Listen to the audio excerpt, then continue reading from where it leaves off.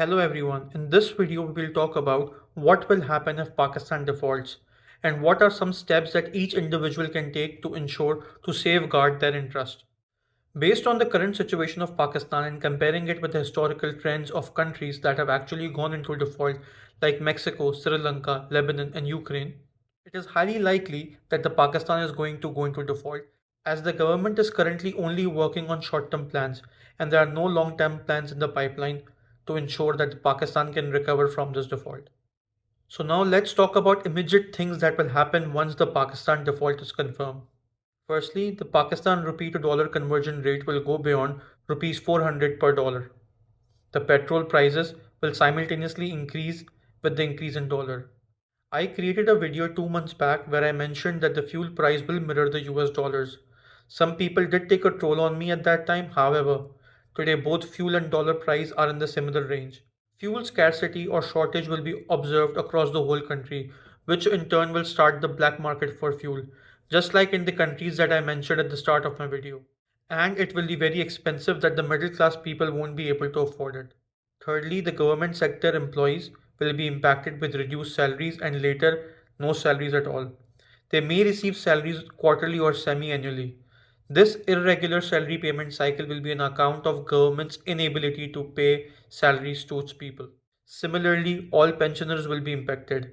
If the government does not have funds, they won't be able to pay pension. For people who don't know, pension includes a portion of your saving which has been deducted over the period of time from your salaries by your employer and deposited into the government account. And the government also deposits the same amount that has been deducted from your salaries. So technically, all savings that you have made so far will not be paid back to you. Pharmaceutical will be impacted majorly. Companies like GSK, ICI, and others that import raw material for making medicines locally will not have dollars to pay off their import bills on account of restrictions from government. This in turn will create shortage of medicine supply and increasing prices drastically. Items that we import today like machinery, motor vehicle parts, petroleum oil, raw material, wheat, tea, plastic, pet foods, chocolates, cereals and a lot more will not be available.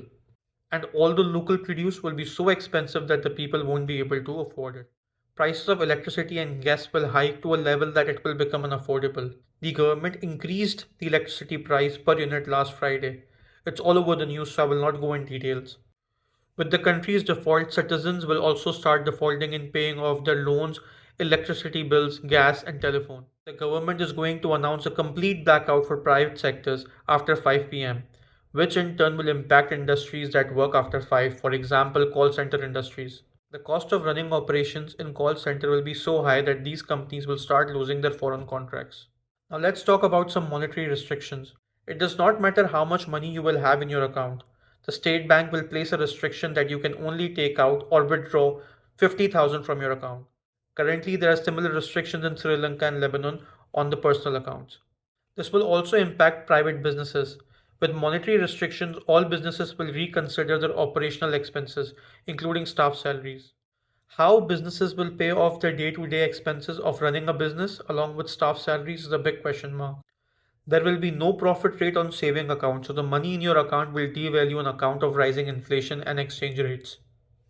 So far, we have only covered the bad news. Let's talk about some things that we can do during this time to ensure that we can safeguard some of our interest. Firstly, I think we should start keeping 4 to 6 months of stock of groceries, basic necessities, and medicines that are available over the counter or prescribed medicines, for example, for diabetes, cholesterol, etc. This can help you save a lot of money in the long run. This solution is relevant for people who have home in rural areas. I will advise them to relocate during the time the country is going to recover from default. You will have your own home, you can farm, grow fruits, vegetables that can help you and your family survive. As the cost of living in urban cities will be skyrocketing, these people who have their homes in rural areas should consider relocating for 6 months. If you can move towards renewable energy today, like solar panels, do it now. This can provide you with a low cost of sustainable energy as compared to K electric and the rising prices in the future. Fourthly, this one is the most important thing for youth. The youth should invest their time in learning new skills that can help them work as freelancers. The reason I'm saying this is because the whole world will know that the Pakistan is going into default and they will have low labor costs here.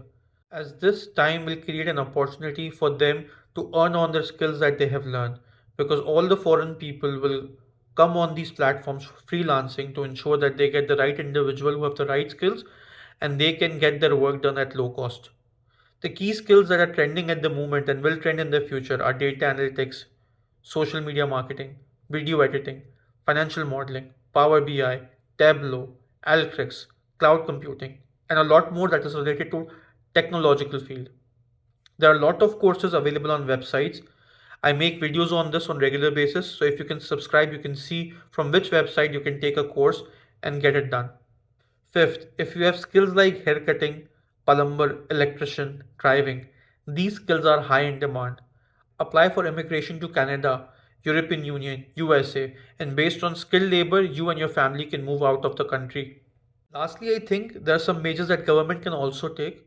For example, the government can introduce a monetary benefit on remittance of dollars, similar to Sri Lanka and Lebanon, that if someone sends money to Pakistan, the government can incentivize the receiver with additional 2.5%. For example, if I send 10,000 rupees to Pakistan to my parents, they will receive 12,500 instead of 10,000. This will increase the inflow of USD in the economy. This is my take on the current situation in Pakistan. Let me know what your opinion is in the comment section. Bye.